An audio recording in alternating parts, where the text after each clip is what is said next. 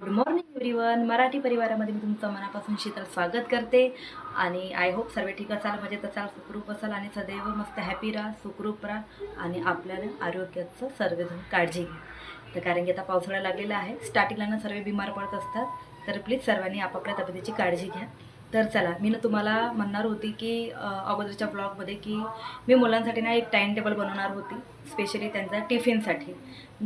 जेणेकरून ना आपल्याला सकाळी उठून टिफिनला काय बनवू काय नाही ह्या गोष्टीची ना आपल्याला टेन्शन राहणार नाही. एकदा जर आपण जर टाईम टेबल जर बनवला ना तर खरंच खूप फायदा ठरते. आणि मला तर असं वाटतं ना की माझं कुकरची शिट्टी आहे तर त्याच्यामुळे तुम्हाला व्हिडिओमध्ये आवाज येत असेल तर प्लीज त्यांना थोडंसं इग्नोर करा. तर ह्यामुळे ना हा टाईम टेबल बनवलेला आहे. मी खूप वर्षापासून हा टाईम टेबल बनवते. तर त्यामुळे ना मला सकाळच्या टायमाला काही टेन्शन होत नाही की मी काय करू काय बनवू. सकाळी उठून मी बिलकुल टेन्शन फ्री असते की हां बस अगोदर बघून घेते, बस अगल्या दिवशी की आम्हाला हे बनवायचं आहे तर मी भिजू घालून ठेवते किंवा पालेभाज्या वगैरे रेडी आहे की नाही. जर नसेल ना तर अगोदरच आणून ठेवून देते सचिनच्या हाताने, कारण की मार्केट काही खूप काही दूर नाही आहे माझ्या घरापासून. तर कोणत्या ना महिन्यामध्ये 5 आठवडे येतात, तर कोणत्या महिन्यामध्ये 4 आठवडे येतात. तर त्यासाठी ना मी असा हा चार्ट बनवून घेतलेला आहे. तर आता मी तुम्हाला हा पूर्ण चार्ट दाखवणार आहे. हे माझे सर्व ना हे जो चार्ट आहे ना तर माझ्या मुलाच्या मतानेच मी बनवलेला आहे, जे माझ्या मुलांना आवडतात. तर जेणेकरून ना म्हणजे सकाळच्या टायमाला त्यांनी उठेल ना तर त्यांना असं वाटेल की हां माझ्या आवडीची भाजी आहे आणि मुलांना स्पेशली किरकिर करणार नाही. आणि मुलं जेव्हा अजून येथे जातात, स्कूलमध्ये जातात, त्यांनी टिफिन उघडून बघतात ना तर त्यांनी खरंच त्यांना खूप छान वाटते की नाही माझ्या मम्मीने माझ्या फेवरेट भाजी दिली आहे, मला खूप आवडते. आणि हे जे मी बनवलेले आहे तर तुम्हाला सर्व दाखवल्यानंतर पूर्ण कळेलच की मी कसं काय बनवले. तर याच्यामध्ये ना पालेभाज्या, कडधान्य सर्व प्रकारचे आलेले आहे, जेणेकरून ना म्हणजे हप्त्याभरामध्ये आपल्या मुलांना पालेभाज्या, वेगवेगळ्या पालेभाज्या, वेगवेगळ्या कडधान्य त्यांच्या शरीरामध्ये, त्यांच्या पोटामध्ये गेलेलं फार गरजेचं आहे. मला तर असं वाटते. आणि कसं आहे टाईम टेबल जर राहिला ना बनव तर म्हणजे आपल्याला कळते पण की मी माझ्या मुलांना कोणकोणत्या भाज्या दिल्या ह्या आठवड्यामध्ये. तर मग आपण नेक्स्ट आठवड्यामध्ये अजून दुसऱ्या कोणत्या भाज्या वेगवेगळ्या देऊ शकतो मुलांना, की जेणेकरून प्रत्येक भाजीपाल्याचं, प्रत्येक कडधान्याचं विटॅमिन, प्रोटीन त्यांच्या शरीरामध्ये गेलेलंच पाहिजे. कारण की आपल्या शरीराला ना पूर्ण प्रकारच्या भाज्यांचं, कडधान्याचं ना प्रोटीन असणं फार गरजेचं आहे. मला असं वाटते. मला तर खूप काही अशी जानकारी नाही आहे, पण हो जे मी माझ्या मुलांची काळजी घेते ना तर तेच मला असं वाटते की मी खूप दिवसापासून म्हणजे खूप वर्षापासून याचा टाईम टेबल बनवते.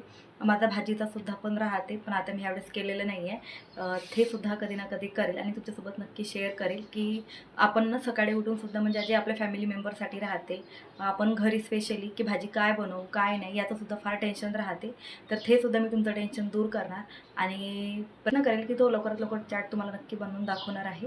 तर सध्या तर मी पहिल्या अगोदर पहिला हा मुलांचा, कारण की यांचं फार गरजेचं आहे. तर चला मी तुम्हाला हा पूर्ण चार्ट दाखवते.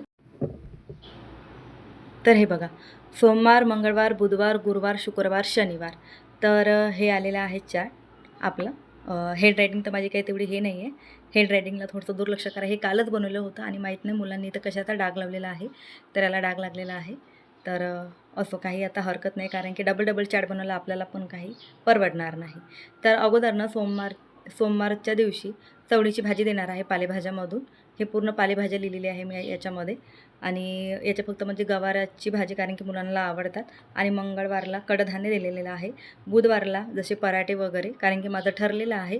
आणि गुरुवारला काही पण जसं पनीर, बेसन झुणका, चनापुरी वगैरे. आणि शुक्रवारला काही पण जे आता काही वेगळं थोडंसं बनवू शकते जे मुलांची फेवरेट आहे तर ते. आणि शनिवारला सुद्धा आपला जो असा काही नाश्ता आहे ते. तर कोणत्या ना आठवड्यामध्ये 5 म्हणजे कोणत्या महिन्यामध्ये 5 आठवडे पडतात तर कोणत्या महिन्यामध्ये 4 आठवड्याचा पूर्ण कंप्लीट चार्ट बनवलेला आहे मी हा. तर त्यानुसार ना हे बघा. तर पहिल्या आठवड्यामध्ये मी चवळीची भाजी आणि मंगळवारला मोड देणार आहे, बुधवारला आलू पराठा, गुरुवारला पनीर देणार आहे, आणि शुक्रवारला भेंडी आणि शनिवारला पोहा देणार आहे. त्याच्या दुसऱ्या आठवड्यामध्ये मेथीची भाजी आणि मंगळवारला मूग देणार आहे, बुधवारला मेथीचा पराठा, गुरुवारला बेसन झुणका, शुक्रवारला आलूची भाजी आणि शनिवारला साबुदाणा. कारण की ना माझ्या घरी उपास वगैरे काही ना म्हणून साबुदाणासुद्धा. तर ना साबुदाणासुद्धा माझा ठरलेला आहे. तर सोमवारला पालकची भाजी, तिसऱ्या आठवड्याला पालकची भाजी, मंगळवारला चणे, बुधवारला बीट पराठा, गुरुवारी चनापुरी. चनापुरी म्हणजे त्यांच्यासाठी लिहिलेलं आहे, नाही तर मी चना भाजीच देते त्यांना आणि पोळी देते. पण त्यांच्या तसलीसाठी त्यांनी मम्मी पुरी करत होते म्हणून त्यांना असं पुरी लिहिलेलं आहे त्यांच्यापुढे. शुक्रवारला दाना भात म्हणजे त्यांना सातळलेला भात, त्यांना तो दाना भात म्हणतात. आणि शनिवारला उपमा दिलेला आहे. आणि चौथ्या आठवड्याला चिवडीची भाजी. तुम्हाला माहीत असेल की चिवडीची भाजी माझ्या मुलांना खूप आवडतात म्हणून त्याची चिवडीची भाजी. आणि मंगळवारला काबुली चणे, बुधवारला पालक पराठा, शुक्रवारला आलूची चटणी, शुक्रवारला सोयाबीनचा पुलाव आणि शनिवारला दिलेले आहे शेवड्या. तर थोड्यामध्ये गवाराची भाजी, मंगळवारला वटाणा आणि बुधवारला बेसन पराठा, गुरुवारला सोयाबीन वड्या आणि शुक्रवारला दाल तडका आणि शनिवारला पास्ता. तर हा माझा संपूर्ण चार्ट आहे महिन्याभराचा. आणि दुसरा महिना लागला ना तर रिटर्न अजून आपण हेच पूर्ण चालवायचं किंवा ना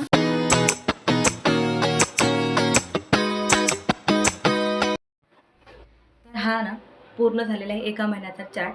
आणि हेच तुम्ही कंपल्सरी दुसऱ्या महिन्यामध्ये सुद्धा चालू शकतात. जर तुमची मुलं ना टोटली जर पूर्ण प्रकारच्या भाज्या खात असेल तर फार चांगली गोष्ट आहे.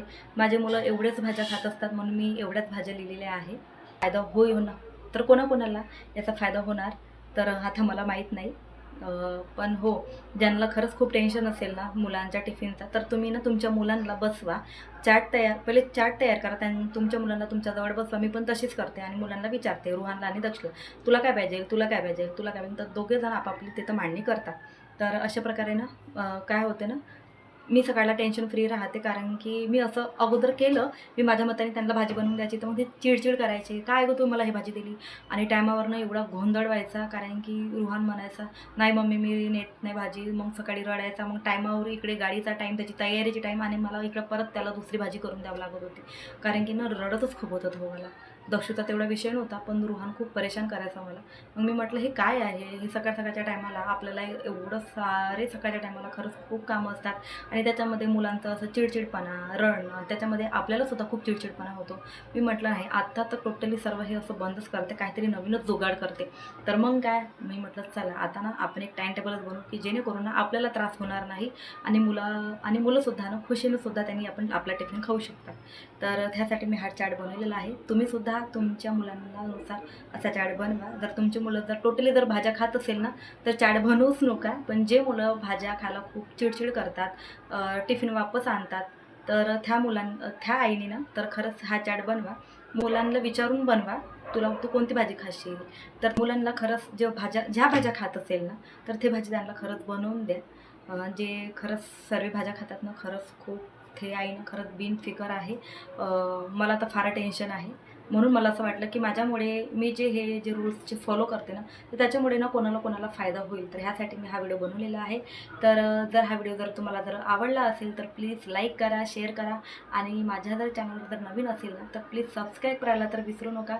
तर पुन्हा भेटू आपण नवीन व्हिडिओमध्ये नवीन काही एक गोष्ट घेऊन. तर तोपर्यंत सर्वांना बाय, टेक केअर, सर्वांनी काळजी घ्या आणि तोपर्यंत बाय.